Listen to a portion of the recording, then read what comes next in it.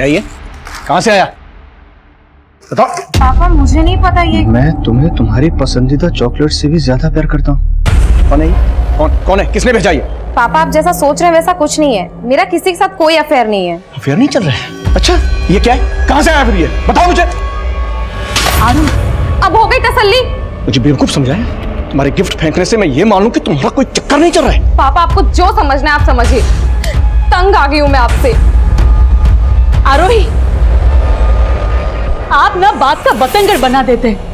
ऐसे पेश आते अपनी बेटी से, तब भी वो कोई बात हमसे शेयर नहीं करती।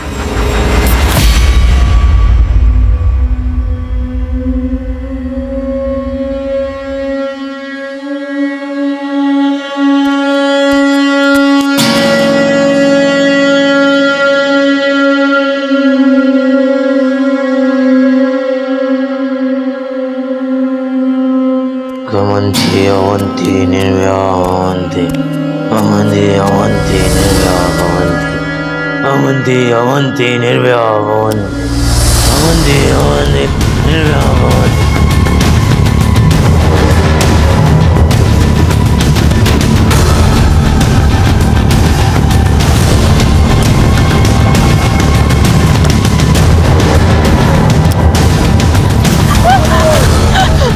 मुझसे गलती हो गई, मुझे माफ कर दो।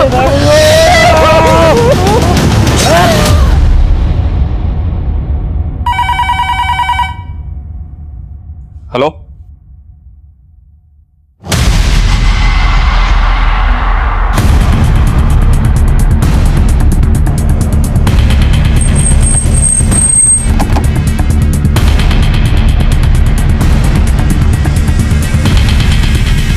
सर इस तरह बहुत ब्रूटल मर्डर है सर। गले पर और बॉडी पर इसकी कंडीशन देखकर लग रहा है सर कि शायद इसके साथ रेप भी हुआ हो। सर इसके पास से आईडी, मोबाइल, पर्स कुछ नहीं मिला। अब या तो इसको लूट के इरादे से टारगेट किया गया या फिर इसकी पहचान छिपाने के लिए ऐसा किया गया। इसकी पहचान पता करो, इसके फिंगरप्रिंट्स आधार कार्ड के डेटाबेस से मैच करो और बड़ी पोस्टमार्टम के लिए भिजवाओ। सर जिस बेरहमी से लड़की को मारा गया है, किसी गहरी कोफ्त की बू आ रही है। कोफ्त मतलब सर? अगर हिंदुस्तानी लिटरेचर पढ़ा होता तो मालूम होता। कोफ्त मतलब ऐसी घृणा, ऐसी रंजिश जिसने किसी इंसान को भीतर तक छन्नी कर दिया, जैसे इस लड़की को छन्नी करके मारा गया।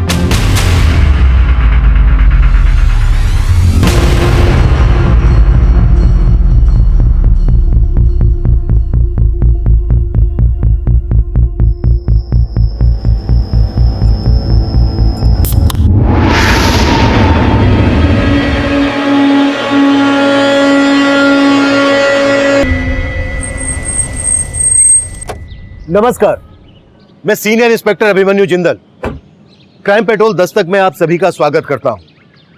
आज जो केस मैं आप लोगों के सामने रखने जा रहा हूं, यह केस पिछले साल मेरे पास आया था। उस वक्त लग रहा था यह महज एक मर्डर केस है, लेकिन इस केस की तह में कई गुनाहों के राज छुपे थे। इस केस में जिस लड़की ने अपनी जान गंवाई थी, हम उसकी पहचान पता कर रहे थे, लेकिन इस केस में कई चेहरे ऐसे भी थे जो हमारी नजर से कोसों दूर थे।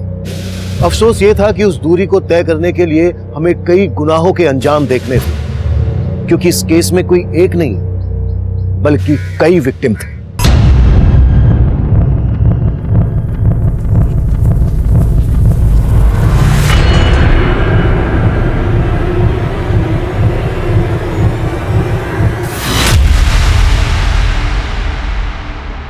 क्या कर रहा है ये?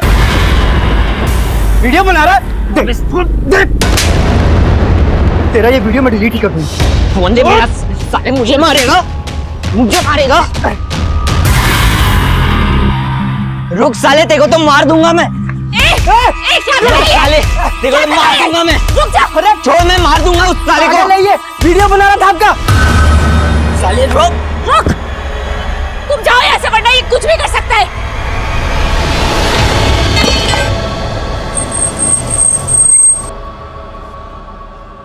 सर, जिस लड़की की लाश हमें नेहरू विहार के पास मिली थी, उसकी पहचान हो गई है। वो लड़की नेहरू विहार की थी। कांस्टेबल ने जब उसका फोटो उसके पेरेंट्स को दिखाया तो उन्होंने उसे आइडेंटिफाई कर लिया। आरोही। उस लड़की का नाम आरोही है। पेरेंट्स का कहना है कि वो कल रात से घर नहीं लौटी थी। नशे में इतना अंधा हो गया है कि अपनी बहन का वीडियो। हाँ बनाया वीडियो, और अगर चाहती है उसे बेच के पैसे ना कमाऊं तो पैसे दे मुझे। मतलब तू इतना गिर गया है कि अपनी बहन की इज्जत भी बेच सकता है नशे के लिए। जैसे तैसे काम करके दूसरों के घरों में पैसे कमाती हूँ, खाने का इंतजाम करती हूँ, और इसको पैसे चाहिए। ये ले पैसे, ये ले, तुझे जो करना है कर।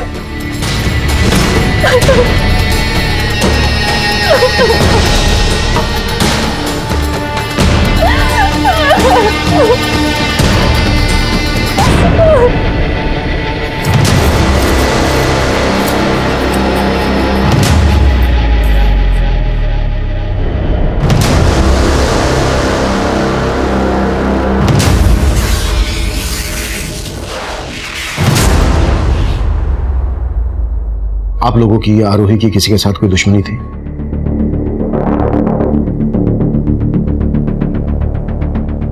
आप लोगों ने आरोही को आखिरी बार कब देखा था? कल दोपहर को। मम्मा मैं आती हूँ। हाँ कहाँ जा रही है आरोही?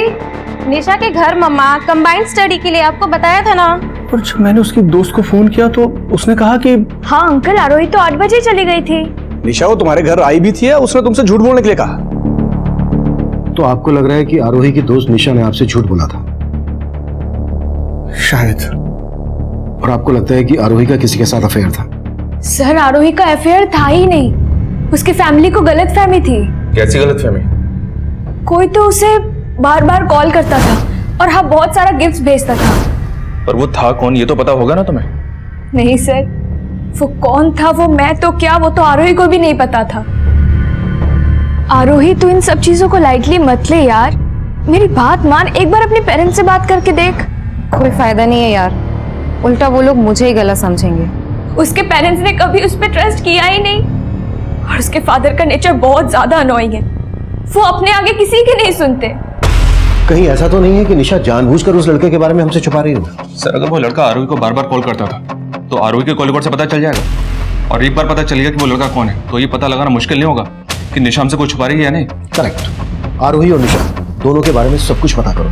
हो सकता है निशा उसके बारे में जानती हो लेकिन किसी वजह से छुपा रही हो।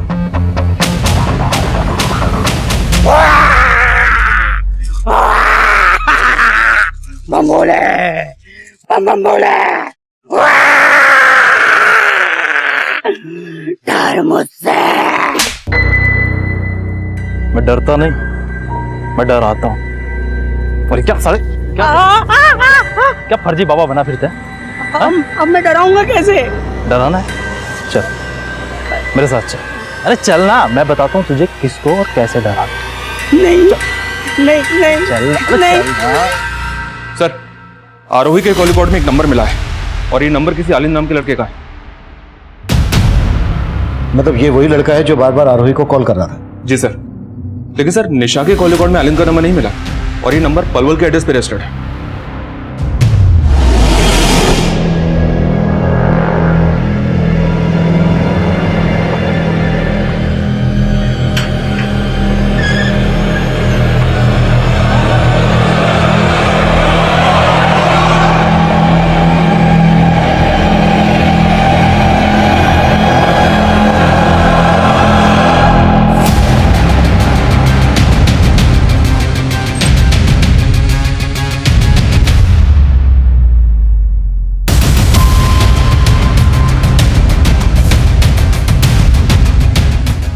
ना बोलो।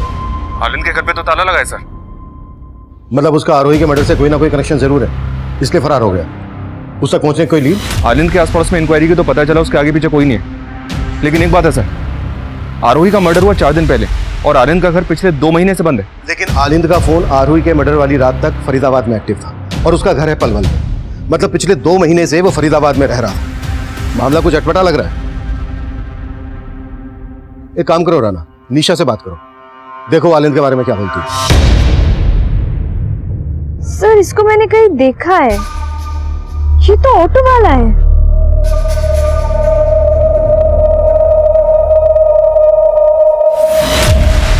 ऑटो वाला? हाँ, मैं और आरोही अक्सर इसके ऑटो से कॉलेज से घर आते थे। तो क्या इसने कभी आरोही के साथ कोई बदतमीजी नहीं सर, ऐसा तो कुछ भी नहीं था। वो तो ज्यादा कुछ बोलता भी नहीं था।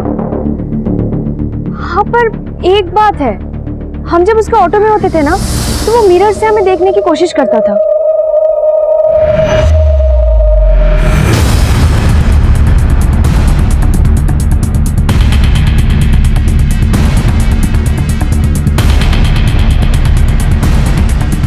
सर, फरीदाबाद के ऑटो स्टैंड पे हमने आलिन के बारे में पता किया।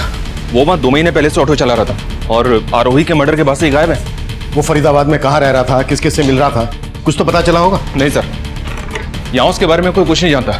हैरानी की बात तो यह कि आलिंद एजुकेटेड था, बीटेक कर रखा था उसने।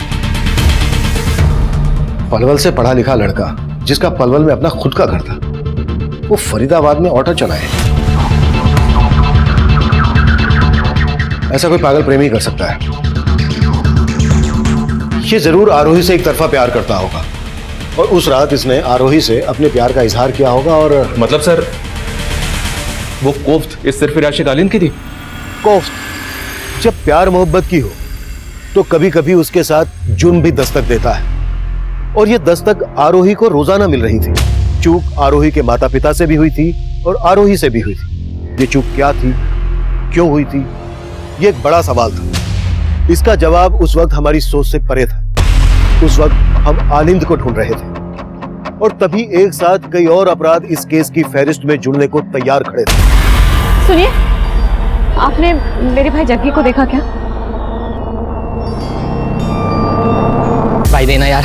ये चाहिए? जा पहले पैसे लेकर। भाई बोलता हूँ ना, अगली बार दे दूंगा पैसे। पहले पैसे लेकर आ। बोल रहा हूँ ना, अगली बार दे दूंगा पैसे तेरे को। बोल रहा हूँ ना, अगली बार दे दूंगा पैसे। देना यार। है भाई, मेरे को क्यों नहीं दे रहा है तू? देना यार। अबे रुक तो, रुक। मारेगा उसे, मर्डर बनेगा। मुझे मार, मार मुझे। चल यहाँ से। सर, आरोही की पोस्टमार्टम रिपोर्ट, हमारा अंदाजा बिल्कुल सही था। इसका रेप भी किया गया था। पोस्टमार्टम रिपोर्ट के हिसाब से 9-10 सूत लंबी लोहे की कील जैसी किसी नुकीली चीज को इसकी बॉडी में 5-6 इंच गहराई तक बार बार घोंपा गया। मौत की वजह एक्सेसिव ब्लीडिंग। 9-10 सूत मोटी नुकीली चीज, ये ऐसा क्या हो सकता है जिसे मर्डर वेपन बनाया गया? बोला दूंगा साहब।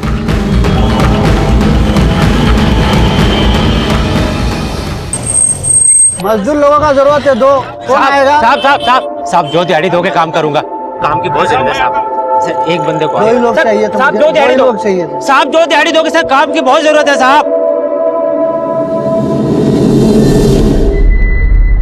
काम चाहिए?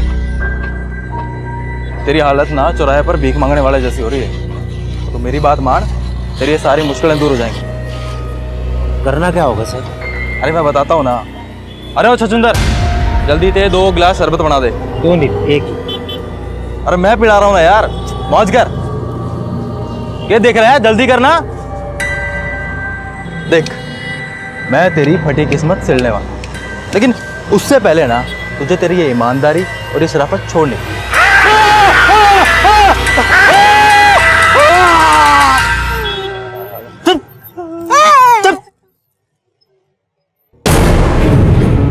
देख, इतना से कुछ नहीं होगा, ठीक है?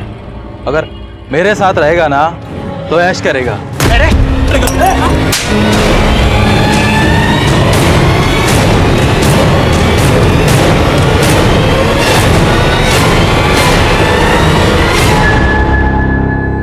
आरोही की बॉडी पर जिस मोटाई के घाव थे, उसके हिसाब से आइस ब्रेकर सबसे नजदीक वेपन है। हो ना हो किलर ने आइस ब्रेकर का इस्तेमाल किया होगा। लेकिन सर, ना तो क्राइम सीन के आसपास से हमें ऐसा कुछ मिला और ना ही आलिंद के घर से। राणा, इस एरिया में जिन जिन हार्डवेयर शॉप पर आइस ब्रेकर मिलते हैं, सब पर आलिंद की फोटो घुमाओ।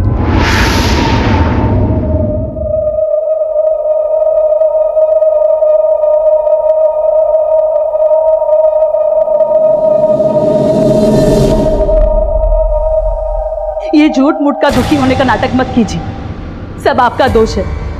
आपने कभी मेरी आरोही पे भरोसा नहीं किया। वंदना, मैं मानता हूं मुझसे बहुत बड़ी गलती हो गई। गलती? अरे मेरी आरोही नहीं रही, और ये गलती नहीं गुनाह है। सिर्फ वो लड़के ने नहीं मारा मेरी आरोही को, उसकी मौत के जिम्मेदार आप भी हो। वंदना, आप भी हो।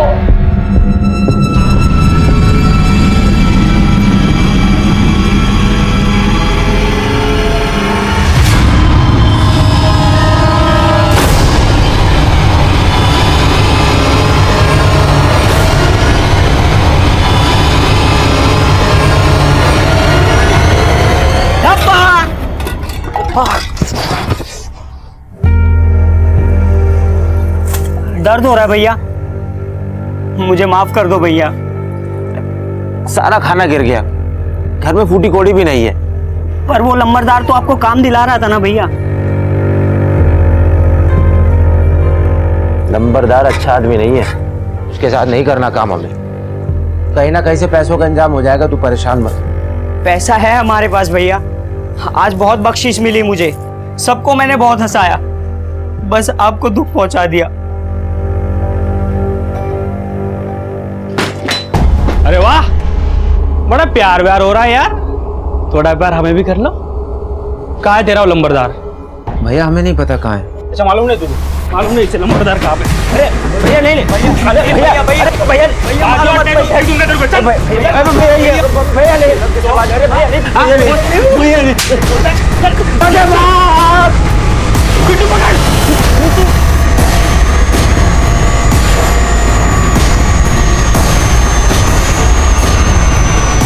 डरो मत भैया, मैं हूं ना।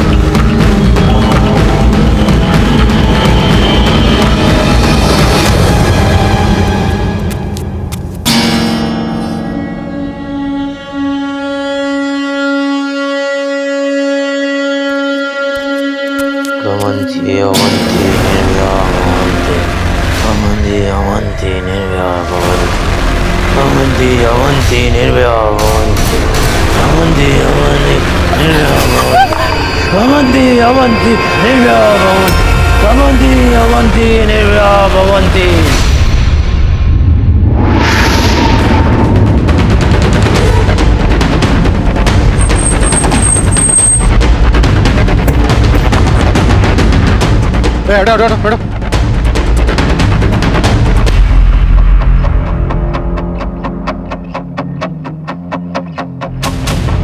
सर, इसके पॉकेट में तो कुछ भी नहीं, लेकिन मारने का तरीका सेम है जैसे आरोही को मारा गया।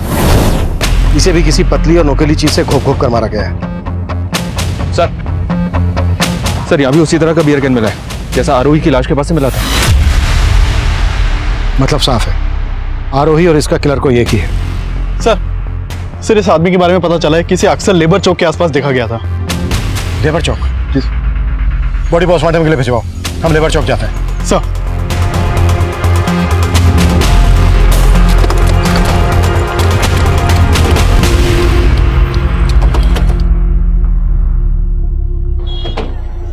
देखो आसपास पता करो, कोई जानता है क्या?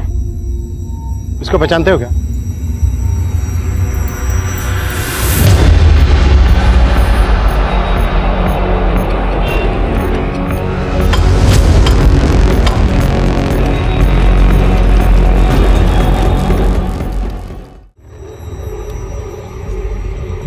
शरबत पिलाऊं साहब?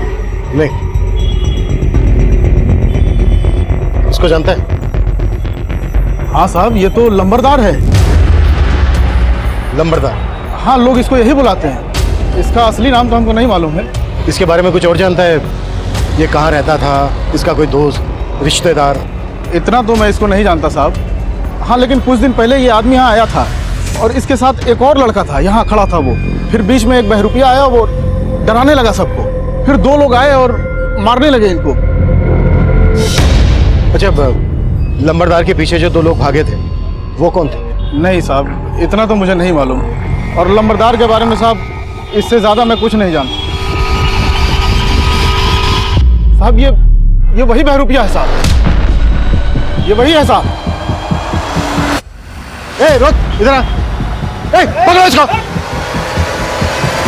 जाओ उधर जाओ।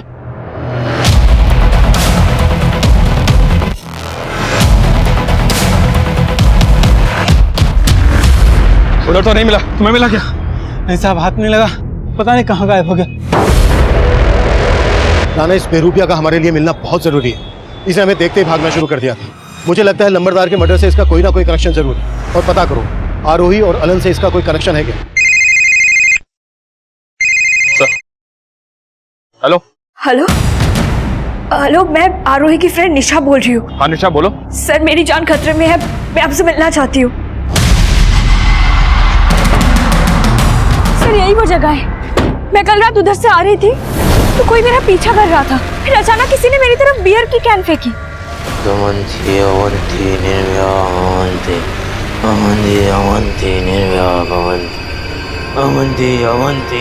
सर, किसी तरह मैं जान बचा के घर गई, वरना वो मुझे भी मार देता। कौन था वो? ये आलिंद? नहीं पता सर, मैंने उसका चेहरा नहीं देखा। हो सकता है वो आलिंद है, पर सर वो जब मेरा पीछा कर रहा था ना तो कुछ अजीब सा श्लोक बोल रहा था। वो श्लोक? कैसा श्लोक? कौन सा श्लोक? कुछ समझ नहीं आया, कुछ तो अजीब ही बोल रहा था वो। सर, मुझे लगता है जो आरोही को मारा है वो मुझे भी मारना चाहता है। प्लीज सर, मुझे बचा लीजिए सर। निशा, तुम बेफिक्र रहो, हमारा एक कांस्टेबल तुम्हारे साथ रहेगा, तुम्हारे घर के बाहर भी रहेगा। Thank you so much sir. पैसे खत्म हो गए तो घर याद आ गया। तेरे चक्कर में मुझे अपनी जिंदगी बर्बाद नहीं करनी है। अरे तुझे जो करना है कर, लेकिन जा तू। अरे नहीं चाहिए ऐसा भाई। मैं जानता हूँ दीदी, मैं आपको बहुत दुख देता हूँ, मैं बहुत बुरा हूँ, पर मैं क्या करूँ, मेरा खुद पे बस नहीं चलता। मैं बहुत बुरा हूँ दीदी, मैं बहुत बुरा हूँ। मुझे मारो, मारो दीदी, मुझे मारो दीदी, मुझे मारो, आप मुझे मारो, मारो दीदी, मुझे क्या कर रहे हो? संभालो अपने आप को, सब ठीक हो जाएगा। नहीं जाने दूंगी मैं, नहीं जाने दूंगी जग्गी। दीदी मुझे जाने दो, नहीं जाने दूंगी, मुझे जाने दो दीदी, जग्गी मुझे मत रोको दीदी, नहीं जाने दूंगी अंदर। मुझे जाने दो दीदी, मुझे जाने दो। चलो तो, मैं जानती हूँ तेरा तुझे बस नहीं चलता है, पर सब ठीक हो जाएगा तो समझता क्यों नहीं? मैं तुझे इस बार नहीं जाने दूंगी, नहीं जाने दूंगी।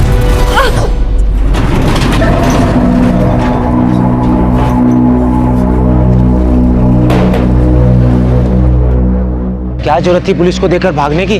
हमने कोई गलत काम किया जो हम पुलिस से डरेंगे? आपको तो पता है ना भैया, हमको पुलिस को देख के बहुत डर लगता है। और वो याद है ना गांव में हमारे साथ पुलिस स्टेशन में क्या हुआ था?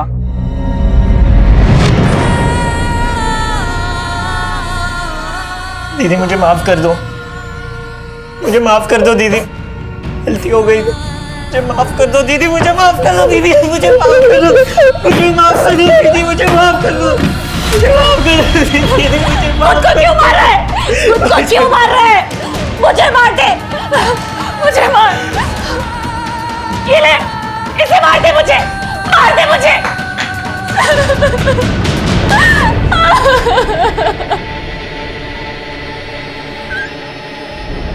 सर, हार्डवेयर की कई दुकानों में पता किया मैंने, आनंद ने कहीं से भी आइस ब्रेकर नहीं खरीदा था। सर गोले वाले ने ये बहरूपिया और ये दूसरे आदमी का स्केच बनवाया है जो लंबरदार के साथ थे। लेकिन सर गोले वाले को उन दोनों आदमियों का चेहरा ठीक से याद नहीं है जिन्होंने लंबरदार के ऊपर अटैक किया था। ये आदमी और ये बेरूपिया दोनों के स्केचेस सर्कुलेट करो, कैसे भी करके पता लगाओ इनके बारे में और आलिंद के बारे में भी। सर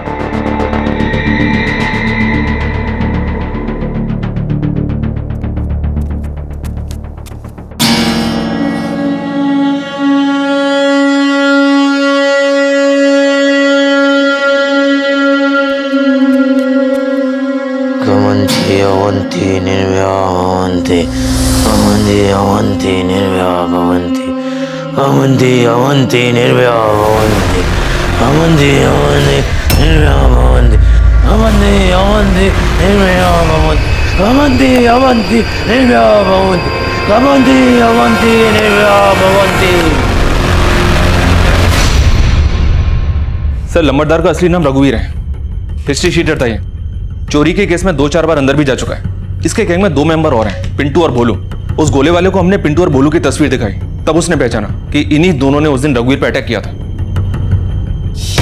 वो बेरूपिया और उसके साथ जो दूसरा लड़का था, उन दोनों का पिंटू और भोलू से क्या कनेक्शन है? सर, ना तो इनके आपस में कनेक्शन का पता चला है और ना ही आलिंद का इन दोनों हत्यारों से कनेक्शन का पता चला है। सर, ये रघुवीर पेशेवर क्रिमिनल था। इसके गैंग में 2 लोग भी थे। कहीं ऐसा तो नहीं कि ये तीनों लूट के इरादे से हत्या करते हों? आरोही को भी लूटा गया था, लेकिन रघुवीर को आपसी रंजिश के चलते मार दिया हो इन दोनों ने। हो सकता है, लेकिन निशा ने बताया कि उस पर हमला करने वाला अकेला आदमी था। रघुवीर के गैंग में 2 आदमी थे। इस बेरूपिया के साथ भी एक लड़का था। इनके अलावा सिर्फ आलिंद ऐसा है जो अकेला था। इन सबके साथ साथ आलिंद को भी ढूंढो, तभी जाकर इस केस की गुत्थी सुलझेगी। सब साला अपने हिस्से के 4 लाख दबोच कर मरा है वो लंबरदार। पता करना पड़ेगा पैसा कहाँ छुपाया उसने। भोलू भाई बाहर निकले तो पुलिस दबोच लेगी, कुछ टाइम यहीं रुकते। सर, मुहीराबाद में एक मर्डर केस सामने आया है। इस आदमी को भी वैसे ही मारा गया है, लंबरदार रघुवीर को मारा गया था, और इस आदमी की डेड बॉडी के पास भी सेम बियर कैन मिला है। ये किलर अब फरीदाबाद से मुहीराबाद पहुंच गया। कहीं ये सीरियल किलर तो नहीं?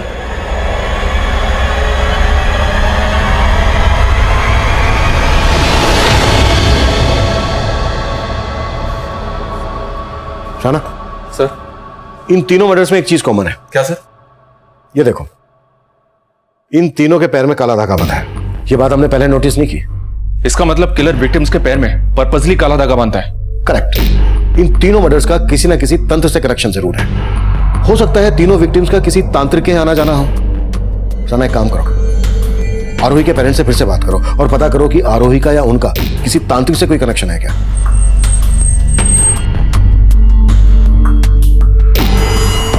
नहीं सर, आरोही के पैर पे कभी कोई काला धागा बांधा नहीं था। और हमारा और आरोही का कभी तांत्रिक के पास आना जाना नहीं रहा। Excuse me. हाँ सिंह, बोलो। सर, उस बहरूपिये के बारे में पता चला है। वो अपने भाई के साथ एक झोपड़पट्टी में रहता है, लेकिन अभी दोनों भाई घर पे नहीं है। ठीक है।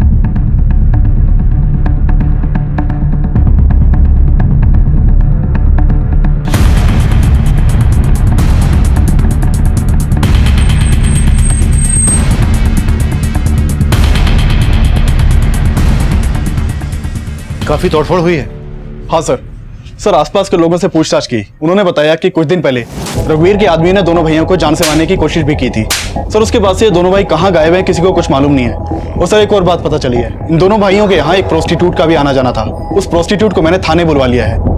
साहब, अगर कुछ पूछना था तो वहीं पूछ लेते, यहाँ बुलाने की क्या जरूरत थी? जो पूछा गया है उसका जवाब दो। हाँ साहब, मैं जाती थी उस लड़के के पास, लेकिन वो लड़का था भी कि नहीं ये मुझको डाउट है। तुम उस बेरूपिये की बात कर रही हो? हाँ साहब, एकदम नौटंकी था वो। पैसा देता था मुझे, लेकिन मेरे साथ ही नहीं सोता था। ए, कपड़ा नहीं, तुमको पैसा दिया ना, अब तुम पूरी रात मेरा कर्तव्य देखोगी। हाँ साहब, वो नाच नाच के मुझे अजीब अजीब से कर्तव्य दिखाता था, लेकिन उसका भाई चुपचाप बाहर बैठा रहता था। सुन बे, तेरे भाई ने तो कुछ नहीं किया, तू करेगा क्या? और वैसे भी रात भर तो अरे अतरंगी थे दोनों भाई। ठीक है, तुम जा सकती हो।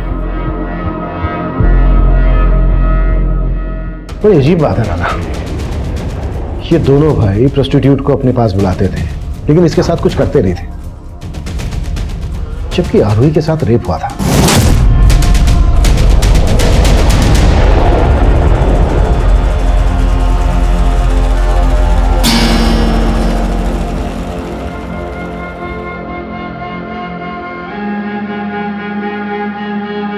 Amanti, amanti, nirvya, amanti, amanti, amanti, nirvya, amanti, amanti, amanti, nirvya, amanti, amanti, nirvya, amanti, amanti, nirvya, amanti, amanti, nirvya, amanti.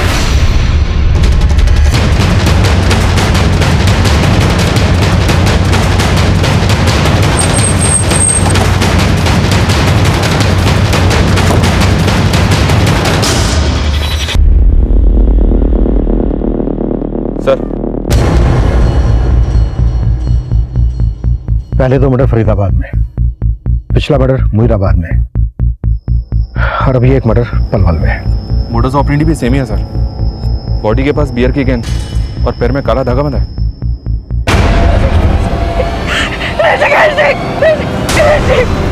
क्या हो गया?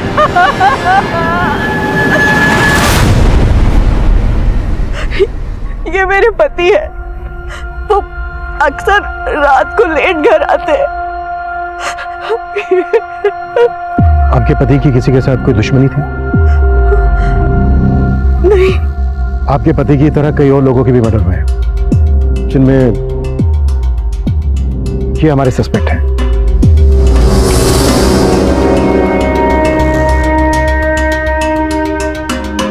इनमें से आप जानती किसी को?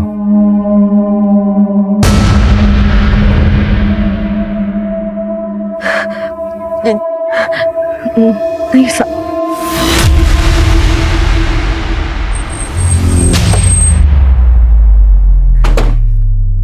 राना, मुझे लग रहा है वो औरत हमसे कुछ छुपा रही है।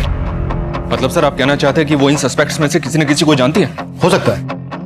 आई थिंक वो किसी डर की वजह से छुपा रही है। उस औरत और उसके पति के बारे में सब कुछ पता करो। सर, ऋषिकेश के मर्डर से पहले तक हम ये मानकर चल रहे थे कि ये केस किसी सीरियल किलर से जुड़ा था, जिसमें तंत्र मंत्र, प्यार मोहब्बत सब एंगल्स नजर आ रहे थे। पर उन हत्याओं के पीछे एक कोफ्त, एक रंज थी, और ये कोफ्त और ये रंज किसकी थी ये हम उस वक्त नहीं समझ पा रहे थे।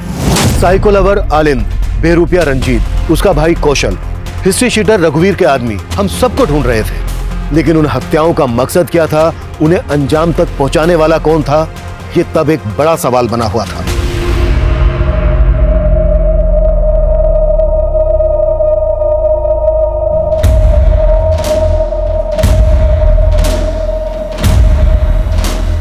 सर, अपने खबरियों से आलिंद के बारे में एक टिप मिली है। वो पलवल में देखा गया और वहां के एक घर में छिपा हुआ है। उठा लो। सर, ऐसे कब तक भटकते रहेंगे भैया? चलो फरीदाबाद में अपने झोपड़े पे चलते हैं वापस। आप सही कह रहे थे, जब हमने कुछ किया ही नहीं है तो हम डरेंगे नहीं किसी से। तू परेशान मत हो, जाए कैसे घर? अभी वो देख। कहाँ जाना है? फरीदाबाद। अरे आ जाओ, बैठ जाओ, भाड़ा बस का ही दे देना। आ जाओ आ जाओ, आओ तो।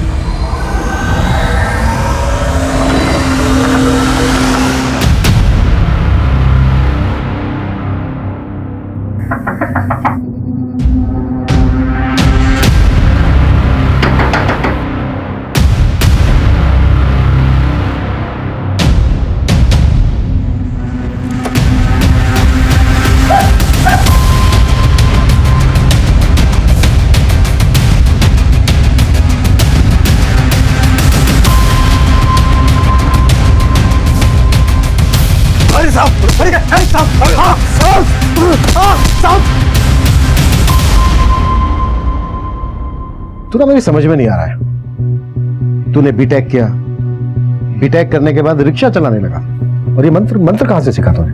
कौन सा मंत्र साहब? अब बोल। मैं तो आरोही के लिए पागल था साहब।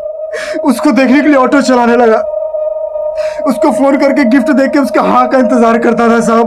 लेकिन वो साहब, मैं डर गया था साहब, डर गया था। मैं जानता था कि आप लोग मुझे ही पकड़ोगे, लेकिन मैंने मर्डर नहीं किया साहब। नहीं बोलेगा ना? सर, ऋषिकेश नाम के जिस आदमी की लाश हमें पलवल हाईवे पे मिली थी, उसके बारे में पता किया मैंने। वो आदमी उस औरत का दूसरा पति था। दूसरा पति? जी हाँ सर। उस आदमी की खुद की अपनी एक फैमिली है बल्लभगढ़ में, पर वहां भी वो रहता नहीं था, कभी कभी मिलने के लिए आता था। सर, आलिंद नहीं उगल रहा है कि उसने किसी का भी मर्डर किया है। उसका कहना है कि वो आरोही के अलावा किसी भी सस्पेक्ट या विक्टिम को नहीं जानता है। Hello, what?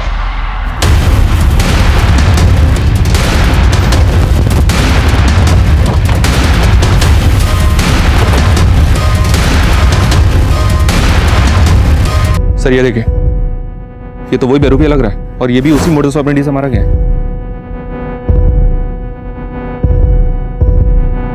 लेकिन इसके पैर में काला धागा नहीं है।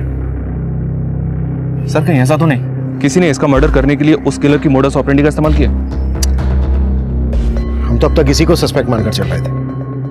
अब इसका मर्डर किसने किया होगा? इसे और इसके भाई कौशल को रघुवीर के आदमी मारने आए थे। कहीं ऐसा तो नहीं है कि कौशल का भी मर्डर हो गया? आसपास चेक करो, कुछ मिलता है क्या? मैं तब तक ऋषिकेश की बीवी से मिलकर आता हूं।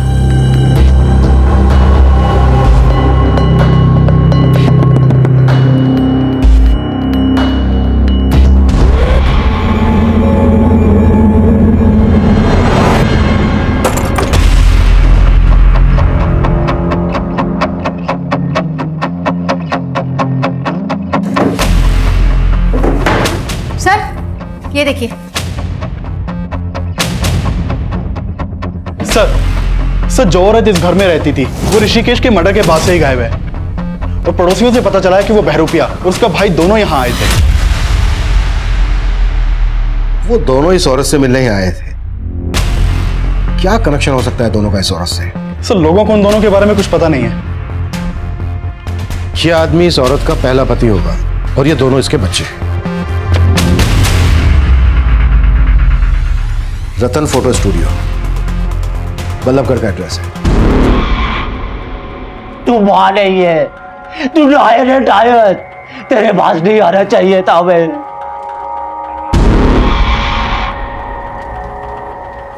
ठूस लो और फटाफट चलते बनो। तू मां है हमारी और तू हमसे? मां नहीं हूं मैं तुम्हारी।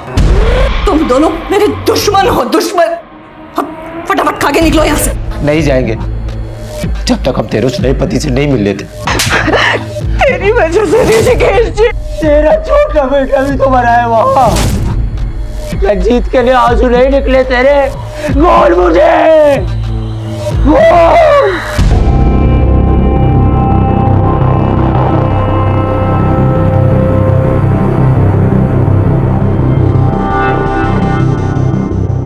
ए सुनो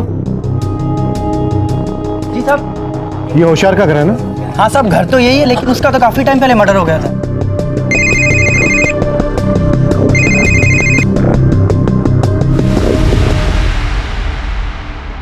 गांठ खुल रही है उसकी। बांध, हाँ बांध उसको ठीक से। हाँ हाँ जल्दी बांध।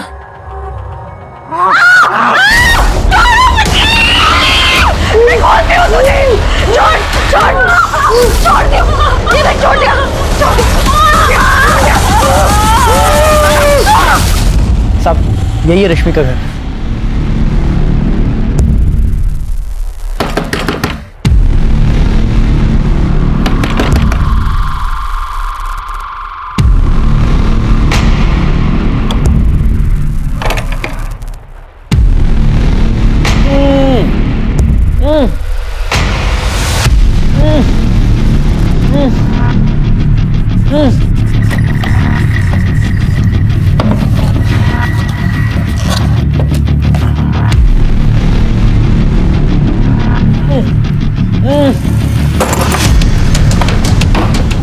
हाथ खोलो इसके। किसने बांधा तुम्हें? हाँ मेरी बहन। बहन कौन? रश्मि? हाँ साहब। कहाँ है वो?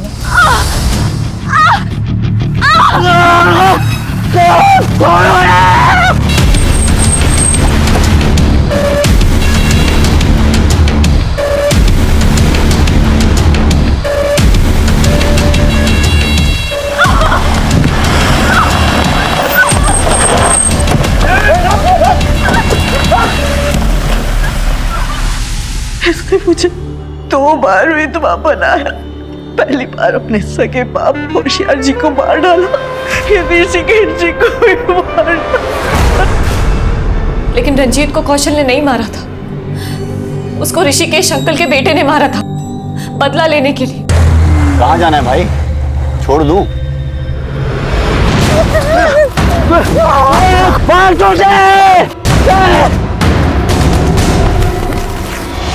वो कौशल को भी मारना चाहता था सर, लेकिन कौशल किसी तरह से बच गया और मेरे पास आ गया। कौशल और उसके परिवार से रिश्ता क्या है तुम्हारा? सर हम दोनों बचपन के दोस्त हैं। मुझे नहीं पता था सर कि वो रंजीत के लिए इतने सारे लोगों को मार देगा। रंजीत के लिए? हाँ, मैंने रंजीत के लिए अपने बाप को मारा था। मैंने उस लड़की को भी मारा। उसने और उसके दोस्त ने मेरे भाई को